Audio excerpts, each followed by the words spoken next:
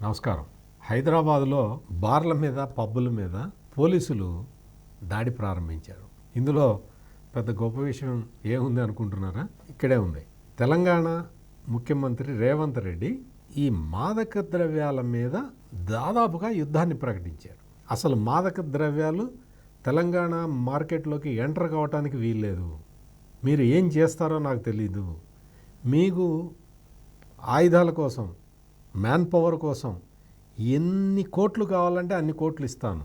ఈ మాదక ద్రవ్యాల నుంచి మాత్రం తెలంగాణని కాపాడండి అని చెప్పి ఆయన తెలంగాణ పోలీసులకి పూర్తి స్థాయిలో అధికారాలు ఇచ్చేశాడు. దాంతో ఏమైంది అంటే మొత్తం ఈ హైదరాబాదులో ఉన్న బార్లు పబ్బులు అన్నీ కూడా తనిఖీ చేసేస్తున్నారు. మొత్తం చాలా చోట్ల చాలా పబ్బుల్లో ఈ మాదక ద్రవ్యాలు స్వీకరించడం అనే ఒక మహమ్మారి ప్రబలిపోయి ఉన్నది. దీన్ని గత 10 సంవత్సరాలుగా ఎవరు పట్టించుకోలేదు.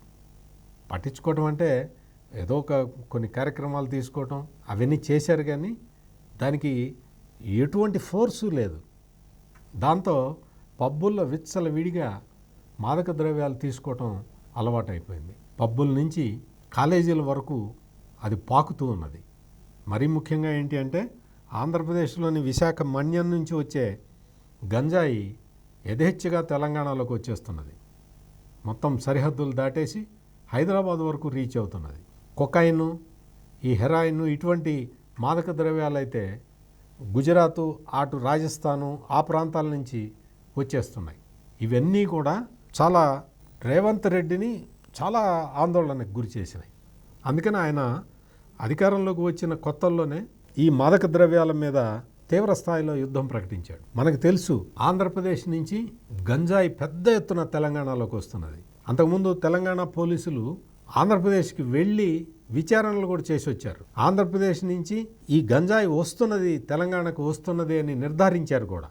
ఎక్కడ ఎటువంటి యాక్షన్ తీసుకోలేదు, కానీ ఇప్పుడు యాక్షన్ మొదలవుతుంది. గంజాయి తీసుకొచ్చేవాడు, గంజాయిని అమ్మటానికి ప్రయత్నించేవాడు, వాడు ఎవడైనా సరే తెలంగాణ పోలీసులు తాటతీస్తారు. దాంతో ఆంధ్రప్రదేశ్లో పండుతున్న గంజాయికి హైదరాబాద్ మార్కెట్ బంద్ అయిపోయినట్టే.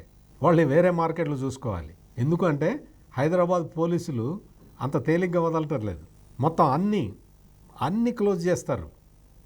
ఎందుకు అంటే ఇక్కడ రేవంత్ రెడ్డి ముఖ్యమంత్రి, ఆయన ఇచ్చిన ఆదేశాలు అంత స్ట్రాంగ్గా ఉన్నాయి. దాంతో పోలీసులకి స్వేచ్ఛ ఇస్తే వాళ్ళు చాలా స్వేచ్ఛగా పనిచేస్తారు, వాళ్ళు చాలా నిజాయితీగా కూడా పనిచేస్తారు. అదే ఇక్కడ తెలంగాణలో జరుగుతున్నది. అందువల్ల ఆంధ్రా నుంచి మత్తు పదార్థాలు తెలంగాణకి సప్లై చేసి హైదరాబాదుని మార్కెట్గా చేసుకొని అమ్ముకునే వాళ్ళకి ఇది మొదటి హెచ్చరిక, అందులో డౌటే లేదు. అందుకని అక్కడి నుంచి వచ్చే గంజాయి, ఇతర మాదక ద్రవ్యాలు చాలా వస్తున్నాయి అక్కడి నుంచి. అవన్నీ కూడా ఆగిపోతే పాపం వాళ్ళ బిజినెస్ దెబ్బతింటుంది.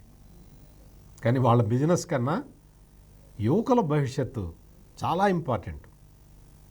యువత నిర్వీర్యం అయిపోతే అప్పుడు ఇంకెవరేం చేయలేరు. అటువంటి పరిస్థితి నుంచి యువతని కాపాడుకోవటానికి తెలంగాణ ముఖ్యమంత్రి రేవంత్ రెడ్డి తీసుకున్న ఈ నిర్ణయాన్ని మనందరం అప్రిషియేట్ చేసి తీరాల్సిందే. ఇక్కడ పబ్బుల్లో కాదు, ఎక్కడెక్కడ కొన్ని ప్లేసుల్లో గంజాయిని విచ్చలవిడిగా తీసుకునే సంస్కృతి, ఆ మొత్తం అటువంటి సంస్కృతిని అణిచివేయాల్సిన అవసరం అయితే కనపడుతున్నది. అది అణిచివేస్తే యువత బాగుపడతారు. గంజాయి మత్తులో ఏం చేస్తున్నామో తెలియని ఒక ఉన్మాద స్థితిలో మహిళలకి రక్షణ లేకుండా పోతున్నది.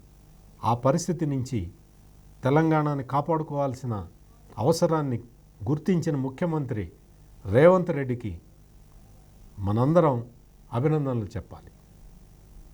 మరిన్ని విశ్లేషణలతో మళ్ళీ కలుద్దాం. నమస్కారం.